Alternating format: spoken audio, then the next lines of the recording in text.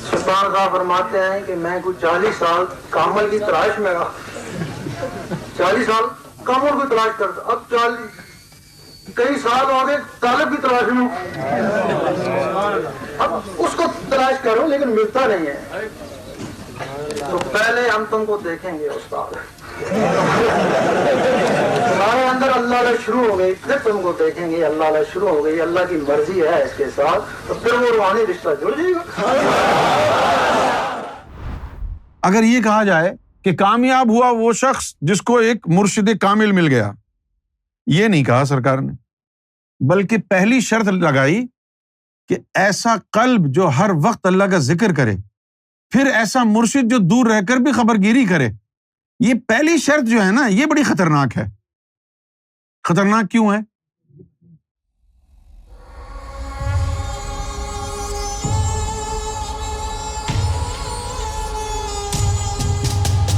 اکرام اللہ کراچی، میرا آج کا سوال ہے کہ سرکار نے اپنی کتاب میں فرمایا کہ اگر تیرا پیر مرشد کامل ہے تو جدھر وہ جائے گا ادھر تو جائے گا، تو ہم تو سرکار کو اپنا مرشد مانتے ہیں، تو جہاں سرکار ہیں ہم بھی وہاں جائیں گے نا۔ That's very clever۔ سرکار نے کہا ہے جو تیرا پیر اور مرشد ہے۔ پیر اور مرشد ہے سے کیا مراد ہے؟ کہ مرشد تجھے مرید مانتا ہے، تو مرشد کو مرشد مانتا ہے، یہ رشتہ بن گیا ہے۔ آپ نے تو لکھا ہے کہ ہم سرکار کو اپنا مرشد مانتے ہیں، آپ مانتے ہیں، سرکار نے بھی کہا ہے کہ ہاں میں بھی تجھے مرید مانتا ہوں۔ اگر سرکار نے ایسا کہہ دیا ہے تجھے، تو جہاں سرکار وہاں تو۔ اس میں سمجھنے کی بات ہے نا بھائی۔ میری تربیت جو ہے سرکار نے عالم باطن میں کی 3 سال، اور آپ خدا کی عزت کی قسم اس 3 سال کی باطنی تربیت سے ابھی تک میں نے ایک لفظ بیان نہیں کیا، ابھی تک ایک لفظ بیان نہیں کیا۔ اور یہ بات میں نے نہیں کہی، سرکار نے لوگوں کو بیٹھ کے مجمع میں بیٹھ کے بتائی کہ ہم نے اس کی باطن میں 3 سال تربیت کی ہے۔ اب اس میں ایک چیز جو ہے وہ ذرا آپ غور فرمائیں، سرکار کا ایک قول ہے کہ کامیاب ہوا وہ شخص جس کو 2 چیزیں ملیں، ایک ایسا قلب جو ہر وقت اللہ کا ذکر کرتا ہے، دوسرا ایسا مرشد جو دور رہ کر بھی خبر گیری کرتا ہے۔ اچھا، یہ سب سے پہلے یہ جو سرکار کا جو یہ فرمان ذیشان ہے، یہ سب سے پہلے میری اطلاع کے مطابق سرکار نے سعید بھائی جو ندیم کے بڑے بھائی ہیں، سعید بھائی کو لکھ کے دیا، تو وہ بہت خوش تھے، میری تو ان سے روز ملاقات ہوتی تھی، تو وہ میرے پاس آئے کہنے لگے یار سرکار نے یہ فرمایا، اور بڑے خوش تھے وہ۔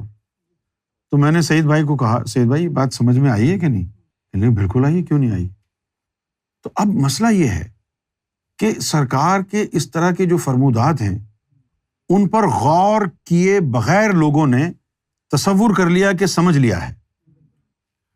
پاکستان میں لاکھوں کی تعداد میں ایسے لوگ موجود تھے جن کا کہنا تھا کہ وہ سرکار کے ماننے والے ہیں، لیکن غیبت کا جب واقعہ ہوا تو ان کی خبرگیری نہیں ہوئی۔ خبرگیری کیوں نہیں ہوئی؟ میں آپ سے ایک بات پوچھوں اگر کہ بھائی کامیابی کا راستہ جو ہے اس کے لیے دل کا ضروری ہونا کیوں ہے؟ مرشد کافی نہیں ہے؟ سوچنے کی بات ہے، کیونکہ ہم تو اکثر یہی کہتے ہیں نا، مرشد کی نسبت ہی کافی ہے، کہتے ہیں نا۔ اگر یہ کہا جائے کہ کامیاب ہوا وہ شخص جس کو ایک مرشد کامل مل گیا، یہ نہیں کہا سرکار نے، بلکہ پہلی شرط لگائی کہ ایسا قلب جو ہر وقت اللہ کا ذکر کرے، پھر ایسا مرشد جو دور رہ کر بھی خبر گیری کرے۔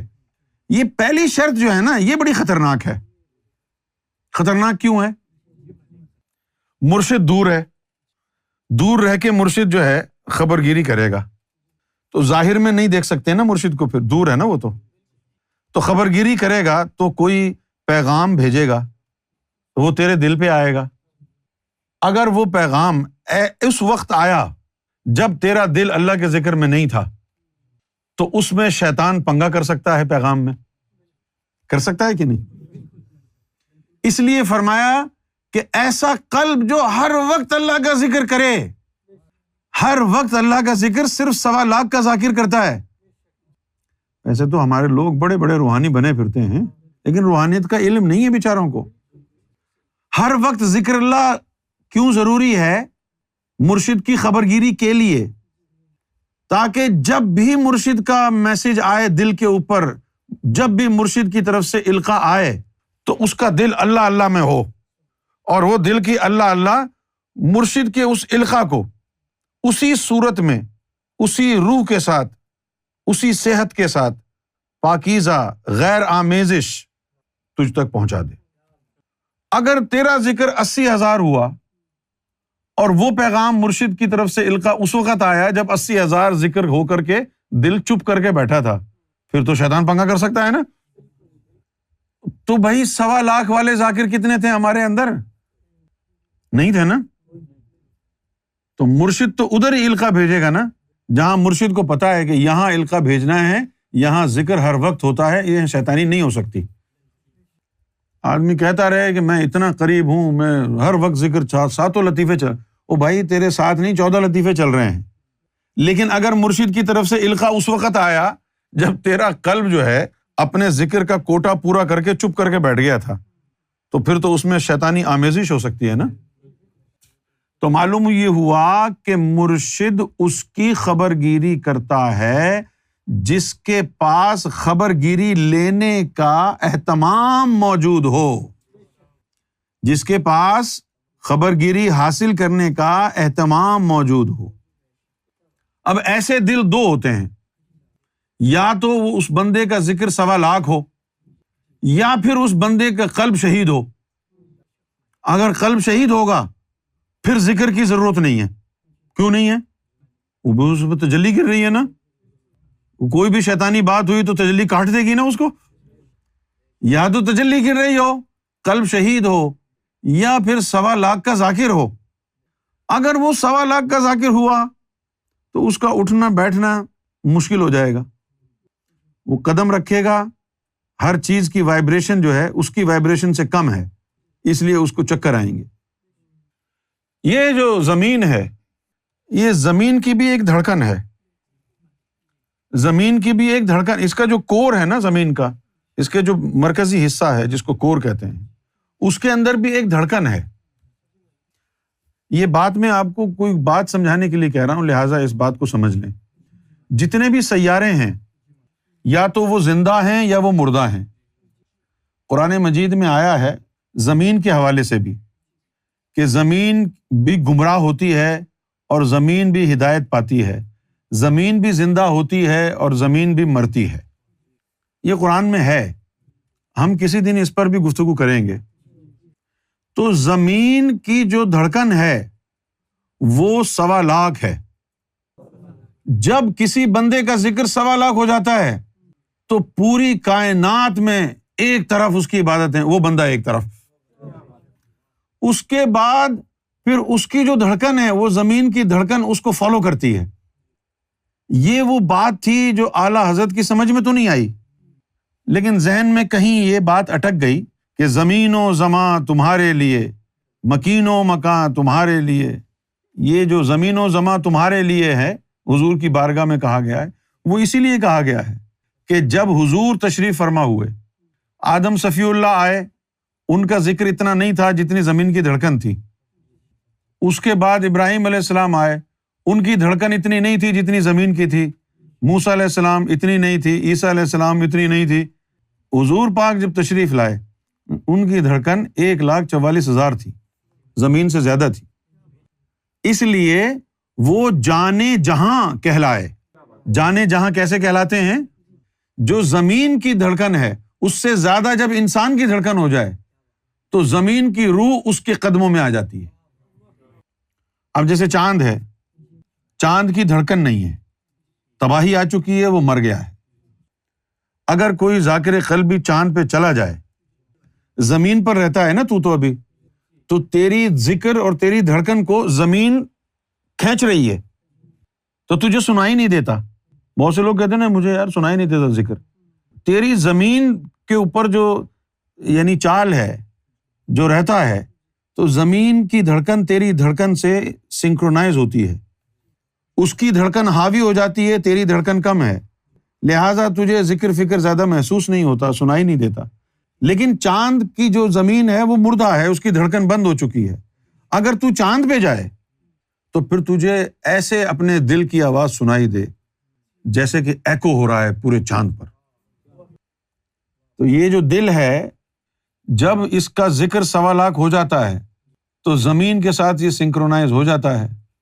اب جب زمین کے ساتھ سنکرونائز ہو گیا تو اب کیا ہوا؟ اب نقطہ ہے جو میں سمجھانا چاہتا ہوں۔ جب زمین کے ساتھ تیرا 1.25 لاکھ کا ذکر سنکرونائز ہو گیا تو اس زمین کے اندر ہی مقام اسفل موجود ہے۔ وہ مقام اسفل دل کی دھڑکن تیرے دل کی تابع ہو گئی نا، زمین کی دھڑکن تیرے دل کے تابع ہو گئی۔ جب زمین کی دھڑکن تیرے دل کے تابع ہو گئی تو اب اسفل بھی زمین میں ہی شامل ہے، وہ اب تیرے خلاف چال نہیں چل سکتا۔ اسی لیے پھر مرشد ایسے دل کے اوپر القاء کرتا ہے کہ جس کے تابع یہ زمین، یہ چرند پرند، یہ درخت، یہ سمندر، یہ پہاڑ ہیں۔ ایسا بندہ اگر پہاڑ کو کہے موو تو پہاڑ موو کریں گے، سمندر کو کہے تھم جا گوہر کے حکم سے تو سمندر تھم جائے گا۔ سرکار گوہر شاہی نے کسی کو ظاہری طور پر مرید نہیں بنایا۔ اچھا، میں آپ کے سامنے اب پوری بات کر رہا ہوں۔ ایک تو بات ہے جو عام طور پر سارے ذاکرین کرتے ہیں، ایک بات تو وہ ہے جو یہ لوگ کرتے ہیں، ادھوری ہے وہ بات۔ وہ کیا بات ہے کہ بھائی سرکار نے کسی کو بیعت نہیں فرمایا، عوامی سطح پر سرکار نے یہی کہا ہے، تو اب اس حساب سے سرکار نے فیض تو دیا ہے لیکن وہ جو تعلق ہے، وہ جو حقوق ہیں مرید اور مرشد والے، وہ قائم نہیں ہوئے۔ فیض دیا ہے لیکن مرشد کا رشتہ، مرید کا رشتہ قائم نہیں ہوا کیونکہ بیعت نہیں کی۔ اچھا، یہ یہاں تک بات ادھوری ہے۔ اب مکمل اور پوری بات کیا ہے؟ پوری بات یہ ہے، نمبر 1، سرکار نے فرمایا کہ ظاہری طور پر جب بیعت کرتے ہیں تو جسم کو اور نفس کو بیعت کرتے ہیں، تو اس کی وجہ سے جسم اور نفس دونوں پر مرشد کا حق ہوتا ہے۔ اگر نفس اور جسم مرشد کی تابعداری نہ کرے ایک دفعہ بھی تو بیعت ٹوٹ جاتی ہے۔ تو سرکار نے فرمایا دنیا میں ایک شخص بھی اس قابل نہیں ہے کہ جس کو ہم ظاہری طور پر بیعت کریں اور وہ اس کی پاسداری کے قابل ہو۔ یہاں تک تو ان کو بھی پتا ہے۔ اب آگے کیا ہوا؟ آگے پھر یہ ہم کو کہا کہ ہم انتظار کرتے ہیں تمہارا کہ تمہارا قلب جوان ہو جائے، پھر تمہارے قلب کو ہمارے قلب بیعت کرتا ہے تو بیعت میں جسم اور نفس نہیں آتا، قلب آ جاتا ہے۔ پھر اگر جسم سے غلطی ہو بھی جائے تو بیعت نہیں ٹوٹتی۔ جسم کو بیعت کریں گے تو جسم پہ مرشد کا حق ہوگا، مرشد کی اجازت کے بغیر جسم کچھ نہیں کر سکتا۔ اچھا، ایک اور شیطانی چیز لوگوں کے ذہن میں ہے کہ یار ہر کام میں مرشد کو انوالو کرنے کی کیا ضرورت ہے، یہ میرا ذاتی معاملہ ہے۔ یہ گمراہی ہے۔ قرآن مجید میں حضور صلی اللہ علیہ وسلم کے اوپر اللہ نے ایک آیت نازل فرمائی اور کہا کہ یا رسول اللہ صلی اللہ علیہ وسلم، مومنین کو کہہ دو کہ جب تک یہ آپس کے معاملات، آپس کے لڑائی جھگڑوں میں تجھے جج مقرر نہ کر لیں اور جو تو فیصلہ کرے اسے دل و جان سے قبول نہ کریں تو یہ مومن ہی نہیں ہے۔ مرشد کا آپ کی زندگی کے ہر پہلو پر حق ہے۔ مرشد کے سامنے کوئی ذاتی صفاتی نہیں ہے تعلق آپ کا کہ جی یہ تو میرا ذاتی معاملہ ہے، کوئی ذاتی نہیں ہے، سب مرشد کی مرضی سے ہوتا ہے۔ میں اسکول میں داخل ہو جاؤں، مرشد اجازت دے تو ہوگا۔ میں شادی کر لوں، مرشد کہے ہاں تو ہوگی، مرشد کہے نہیں تو نہیں کر سکتے۔ یہ میں بات بتا رہا ہوں جو ہے پیری مریدی کا طریقہ۔ مرشد نے کہا ساری رات نوافل پڑھ، نہیں پڑھے تو بیعت ٹوٹ جائے گی۔ ہم تو ایسے لوگ ہیں ہی نہیں جو اتنی سختی کو برداشت کر سکیں۔ لہٰذا اس مہربان، اس کریم کی شان دیکھیں، اس کی جود و سخا دیکھیں، اس کی حکمت دیکھیں کہ جس نے انتظار کیا کہ تمہارے قلب جوان ہو جائیں، پھر تمہارے قلب کو بیعت فرمائیں تاکہ مرشد کا حق تیرے دل پر ہو، جسم اور نفس پر نہ ہو۔ اور اگر تیرا نفس تابعداری نہ بھی کرے تو بھی قلب کی بیعت برقرار رہے۔ تو جب تیرا قلب سرکار کے قلب پر بیعت کر لے گا پھر تو مرشد بنے گا نا. اور وہ قلب جب بیعت کرتا ہے تو وہ کیا ہوتی ہے بیعت؟ اس کی نشانی ہے کہ تیرے دل پہ تصویر یار آ جائے گی. جس دل نے سرکار کے دل کے ہاتھ پر بیعت کیا ہے اس بیعت کا ثبوت یہ ہے کہ اس کے دل کے اوپر تصویر یار نقش ہو جائے گی. پھر وہ کہیں بھی ہے سرکار اس کے ساتھ ہی ہیں. یہ ہو گئی قلب کی بیعت. ایک بیعت اس سے آگے کی بھی ہے, وہ بیعت روح کی ہے. روح کی بیعت کب ہوگی؟ اس کے لیے پہلے قلب کی بیعت ضروری ہے. ایسا نہیں ہے کہ ڈائریکٹ روح کی ہوگی بیعت, پہلے قلب کی ہوگی. اور قلب کی کب ہوگی؟ جو قلب کی اس وقت ہوگی جب مرشد یہ دیکھے گا کہ بغیر بیعت کے بھی اس کا تن من دھن سب کچھ اس نے میرے قدموں میں رکھ دیا ہے. اب اس کا امکان ہی نہیں ہے کہ یہ نافرمانی کرے. امکان ہی نہیں ہے اس کا. بیعت نہیں کی, وہ بغیر جسمانی بیعت کے بھی وہ تن من دھن سارا اس کا مرشد کے لیے قربان ہو گیا. جینا مرنا اس کا مرشد کے لیے ہو گیا. ان کو پھر قلب کی بیعت دیں گے. کیوں بھائی؟ بغیر بیعت کے ہی سب کچھ اس نے قربان کر دیا. تن من دھن سب کچھ انہی کا ہو گیا. اب قلب کی جب بیعت ہو گئی تو یہ بھی قلب کے جزے ہیں. ایک قلب سلیم ہے, ایک قلب منیب ہے, ایک قلب شہید ہے. قلب سلیم کیا کرتا ہے؟ وہ تیرے دل کے اندر رہتا ہے جسہ. کیوں تمہارے دل میں کیوں رہتا ہے وہ؟ تاکہ ان تمام لطائف کی سرداری کرے نا. اگر یہ بھی ادھر سے چلا گیا تو ان کا دھیان کون رکھے گا؟ تو وہ تیرے اندر ہی رہے گا. اور ایک تیرا جو جسہ قلب کا ہے, قلب منیب, وہ نکل کے مٹر گشت کرے گا آسمانوں میں ادھر ادھر, کوئی خبر ہو تو لاؤں, رب کے آگے پیچھے پھرے گا. وہ قلب منیب ہوگا. اور ایک وہ ہوگا جو رب سے تعلق میں ہوگا, وہ قلب شہید ہے نا. وہ رب کے ساتھ جو ہے ہاٹ لائن پر ہوگا, رب کی طرف سے اس کی طرف میسیجز آتے رہیں گے. جب تیرا قلب شہید ہو جائے پھر مرشد تیری خبر گیری کرے گا, اس سے پہلے نہیں. ہم نے دیکھے بہت سے قلب کے جسے ادھر ادھر مختلف عالموں میں, وہ بندے کی صورت اختیار کر کے وہ قلب کے جسے, قلب منیب کے, تعلیم کے لیے جو جسہ جاتا ہے نا کہیں, ہاں وہ قلب منیب ہوتا ہے, سلیم نہیں ہوتا, نہ شہید ہوتا. وہ شہید کو کیسے بھیجے گا؟ پھر رب سے رابطہ ٹوٹ گیا نا. نہ سلیم کو کیسے بھیجے گا؟ پھر لطیفوں کو خیال کون رکھے گا؟ یہ تو خالی ہو جائے گا نا پھر سینہ تیرا. ان کو بھی تو پکڑ کے رکھنا ہے, یہ جو بھیڑیں پھر رہی ہیں اندر. یعنی قلب جو ہے شیفرڈ بن جائے گا. اور ایک قلب فارغ ہو گیا منیب, وہ پھر تعلیم اور تربیت کے لیے جائے گا. تو کامیاب ہوا وہ شخص جس کو دو چیزیں ملی. پہلی چیز ہی خطرناک ہے, دوسری نہیں ہے. ایسا نہیں ہے کہ مرشد اس قابل نہیں ہے کہ تیری خبر گیری کرے. او مرشد تو قابل ہی قابل ہے. مسئلہ یہ ہے کہ تو بھی تو قابل ہو خبر گیری لینے کا. بھائی میرے پاس تو گیند ہے, میں پھینک دوں, تجھے پکڑنا بھی تو آئے. کیوں بھائی؟ تجھے پکڑنا بھی تو آئے. دیکھ اس نے پکڑ لی, اس کی خبر گیری ہوگی, چل واپس پھینک.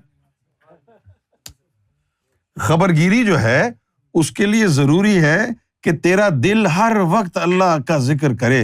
ایک لمحہ ایک دھڑکن بھی خالی ذکر کے نہ جائے. اگر اس خالی دھڑکن میں اگر آ گئی وہ القا تو پھر وہ جو ہے مصدق نہیں ہوگی, اس کی تصدیق نہیں ہو سکتی, وہ ضائع گئی. اور ایسا مرشد کو گوارا نہیں کہ مرشد خبر گیری کرے اور اس خبر گیری میں شیطانی پنگا آ جائے اور بندہ گمراہ ہو جائے. نہ, مرشد ایسے کام نہیں کرتا. انہوں نے تو کہا ہے کہ جب قلب شہید ہو جائے تو چپ کر کے اس کی ہر بات مان لے. تو اب کیا کریں ہم؟ کیا ہر آدمی سرکار کو مرشد مانے؟ نہیں. کیوں نہیں؟ مرشد وہ ہوتا ہے جو ہدایت دے. تو یہاں تک تو بات ٹھیک ہے, سرکار ہدایت دے رہے ہیں, یہاں تک تو ٹھیک ہے, اس لحاظ سے مرشد کہہ سکتے ہیں. لیکن ایک باقاعدہ مرشد اور مرید کے لیے ایک بیعت کا سسٹم ہے. مرید کے حقوق ہوتے ہیں مرشد پر, مرشد کے مرید پر حقوق ہوتے ہیں. جب تک وہ فارملی جب تک باقاعدہ باضابطہ وہ رسم بیعت ادا نہیں ہوگی تو وہ رشتے میں تبدیل نہیں ہوگا جو تعلق ہے. ہاں پھر یوم محشر میں سوال مرید سے نہیں ہوگا نا مرشد سے ہوگا. تو اب بیعت ہوئی نہیں, وہ کہیں جی میرا تو کوئی مرید ہی نہیں پھر کہاں جائیں گے؟ اسی لیے فرمایا کہ ہم تم کو کسوٹی دے رہے ہیں. کئی دفعہ کہا یہ ذکر قلب حاصل کرو, اس کے بعد جہاں تم کو یہ دل تصدیق کرے کہ یہ جگہ کامل مرشد کی ہے وہاں جا کے بیعت ہو جانا. اگر خود تم کو مرید بنا رہے ہوتے تو یہ کیوں کہتے؟ سوچو نا.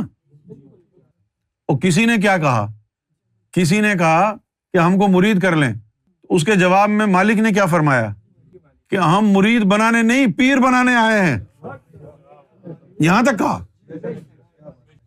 اب مرید بنانے نہیں آئے, پیر بنانا. اب یہ مسئلہ بات کچھ اور تھی, بات کچھ اور تھی.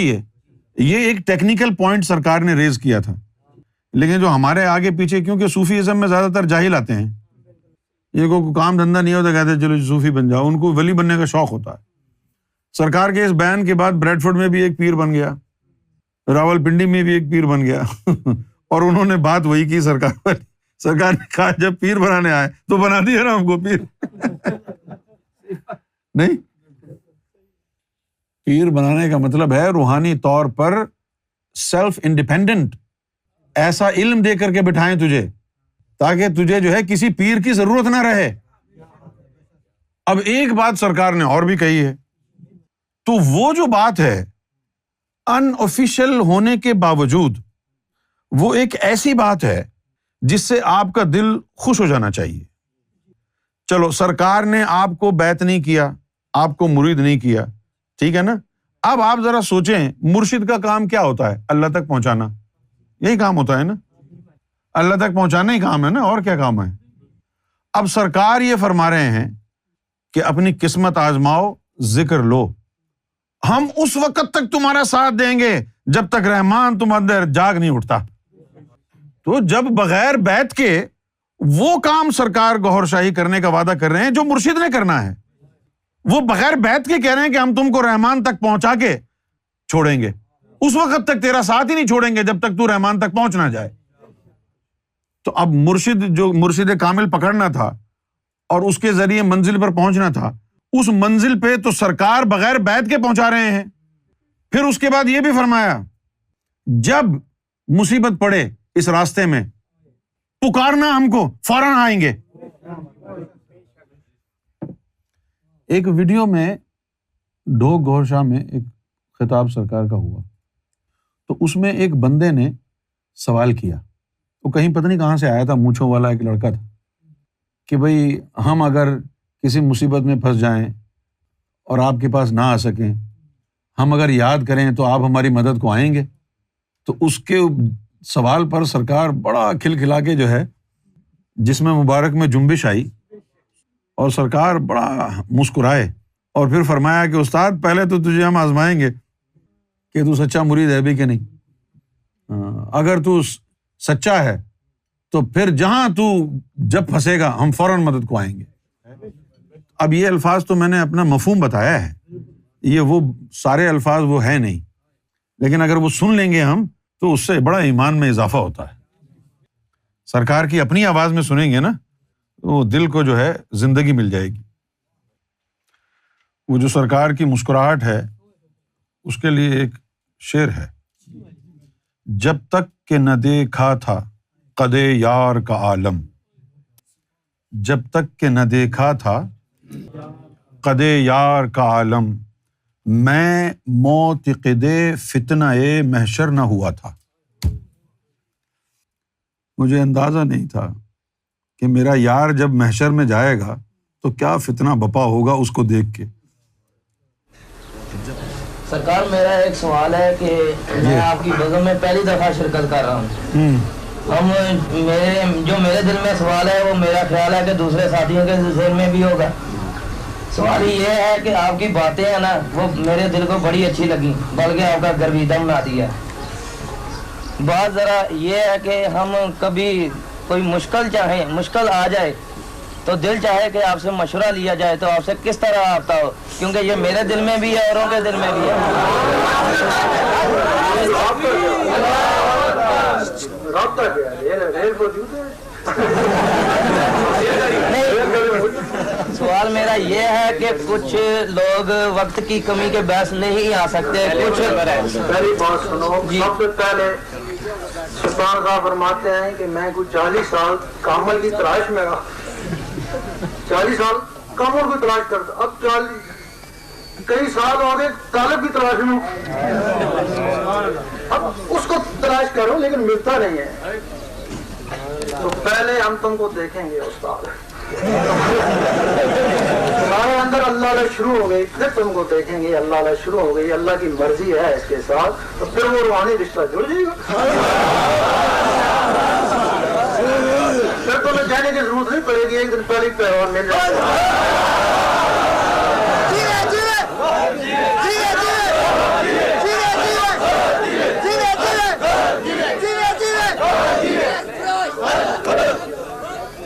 کئی سال ہو گئے طالب کی تلاش میں، اب اس کو تلاش کرو لیکن ملتا نہیں ہے، تو پہلے ہم تم کو دیکھیں گے استاد، ہمارے اندر اللہ اللہ شروع ہو گئی، پھر تم کو دیکھیں گے اللہ اللہ شروع ہو گئی، اللہ کی مرضی ہے اس کے ساتھ، تو پھر وہ روحانی رشتہ جڑ جائے گا، پھر تمہیں جانے کی ضرورت نہیں پڑے گی، ایک دن پہلے پیغام مل جائے گا۔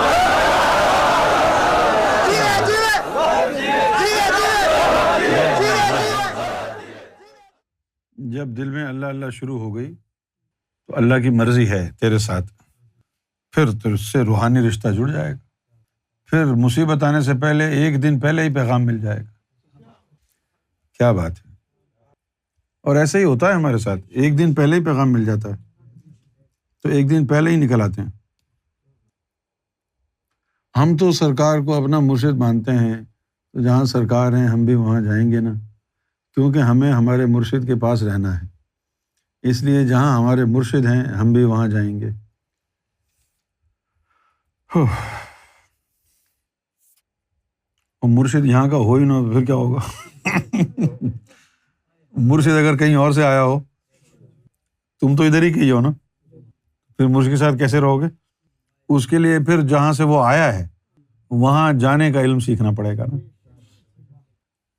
ایک بات میں بتاؤں، یہ بہت ساری جھوٹی حدیثیں ہیں جس میں لکھا ہوا ہے کہ جو میرے سب سے زیادہ درود شریف پڑھے گا جنت میں میرے سب سے زیادہ قریب ہوگا۔ حضور کا مقام جنت ہے ہی نہیں، حضور جنت میں کیوں جائیں گے؟ حضور کا تو اپنا عالم ہے جس کا نام حقیقت محمدی ہے۔ یہ میں نے بات اس لیے بتائی ہے تاکہ آپ لوگوں کا ذہن صحیح ہو جائے۔ وہ بڑی بڑی حدیثیں ہیں، جھوٹی حدیثیں ہیں۔ وہ کیا لکھا ہے ان میں کہ جنت میں میرے سب سے زیادہ قریب وہ ہوگا جو مجھ پہ سب سے زیادہ درود بھیجتا ہے، لیکن حضور تو جنت میں ہوں گے ہی نہیں۔ تو پھر حضور کدھر ہوں گے؟ حضور کا عالم ہے، جہاں سے حضور کی روح مبارک کا تعلق ہے وہ ہے عالم وحدت میں، اس کا نام ہے حقیقت محمدی، اور جہاں حضور کے لطیفہ انا کا تعلق ہے اس کا نام ہے مقام محمود۔ تو حضور صلی اللہ علیہ وآلہ وسلم کے ساتھ کوئی نہیں ہوگا کہتے ہیں لوگ، لیکن وہ ساری جھوٹی حدیث ہیں۔ حضور نے تو جنت میں جانا ہی نہیں ہے، حضور کا اپنا عالم موجود ہے۔ اور دوسری بات یہ ہے کہ آپ کو شرم نہیں آتی کہ آپ حضور کو اپنے ساتھ جنت میں دیکھنا چاہتے ہیں، جہاں آپ وہاں پر نبی ہوگا آپ کا؟ یعنی بد اعتقادی اتنی بڑھ گئی ہے۔ جنت تو اجر ہے، محمد رسول اللہ کو کس بات کا اجر ملے گا؟ کس بات کا اجر دو گے آپ؟ ان کو اجر کی کیا ضرورت ہے؟ لولاک لما خلقت الافلاک، ان کے لیے تو جہان بنایا ہے۔ جنت تو ان کا مقام ہے جن کو اجر دیا جائے گا، معاوضہ دیا جائے گا ان کے اچھے کاموں کا۔ اور یہ سارا جہان تو حضور کے صدقے میں بنا ہے۔ ان کے لیے تصور کرنا ہے کہ وہ جنت میں ہوں گے، میں ان کے ساتھ ہوں گا، یہ گستاخی کر رہے ہو تم، یہ بات مت بولو۔ حضور کے قدموں کی خاک کے برابر بھی نہیں ہے یہ 7 جنتیں۔ حضور کا مقام محمدی ہے، سامنے اللہ کا گھر ہے، مقام عادیت۔ اور وہاں کا روٹین کیا ہے؟ دیکھو جی، یہ ایک گلاس ہے نا، تو یہ مقام عادیت اللہ بیٹھا ہوا ہے، یہ مقام وحدت حضور بیٹھے ہوئے ہیں، روح مبارک. اللہ کہہ رہا ہے یا محمد، حضور کہہ رہے ہیں یا اللہ. مستقل یہی چلتا رہتا ہے. آپ بول رہے ہیں جنت میں جائیں گے، وہ وہاں مستقل یہی چلتا رہتا ہے، یا اللہ یا محمد، یا اللہ یا محمد، یا اللہ یا محمد، یہی ہوتا رہتا ہے. اب رہ گئی بات کہ سرکار ہمارے مرشد ہیں تو ہم نے مرشد کے ساتھ رہنا ہے. نمبر 1 تو میں ایکسپلین کر چکا ہوں کہ سرکار مرشد نہیں ہے، لیکن مرشد کامل اللہ تک پہنچاتا ہے. سرکار بغیر کسی بیعت کے وہاں تک پہنچا دیں گے. اب رہ گئی بات ساتھ رہنے کی.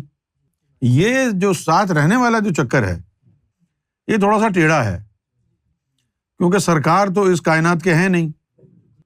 جہاں سے وہ آئے ہیں وہاں انسان جا نہیں سکتا. اس کے لیے پھر ایک الگ تعلیم ہے جس کو ضم کی تعلیم کہتے ہیں. جن کو اپنے عالم کی رسائی دینی ہوگی تو ان کے جسم میں اپنا عکس ڈال دیں گے، وہ روح اس کے ساتھ مکس ہو جائے گی، پھر وہ بندہ جو ہے اس عالم میں سرکار کے ساتھ جا کے رہے گا. اس کے لیے وہ خاص تعلیم ہے. جنتیں تو ساتھ ہیں، ثم معاذ اللہ معاذ اللہ ثم معاذ اللہ، نقل کفر کفر نہ باشد. 7 جنتیں ہیں. ایک عام آدمی بھی درود پڑھ رہا ہے، ایک ذاکر قلبی بھی درود پڑھ رہا ہے، ایک وہ آدمی بھی درود پڑھ رہا ہے جس کے 2 لطیفے ذکر کرتے ہیں، 3 لطیفے والا بھی درود پڑھ رہا ہے، 4 5 6 7 لطیفے والا درود پڑھ رہا ہے نا. اب درود کی وجہ سے حضور کون کون سی جنت میں کس کس کے ساتھ ہوں گے؟ پاگل ہے کیا؟ پوائنٹ ہے نا. کبھی کبھی ایسی باتیں جو ہے نا بتانا پڑتی ہیں تاکہ آپ لوگوں کا عقیدہ جو ہے وہ سدھر جائے. نبی پاک صلی اللہ علیہ وسلم کے لیے یہ عقیدہ مت رکھو کہ وہ جنت میں جائیں گے، گستاخی ہے. یہ ساری جنتیں حضور کی چپل کی خاک کے برابر بھی نہیں ہیں. یہ عقیدہ بنائیں اپنا.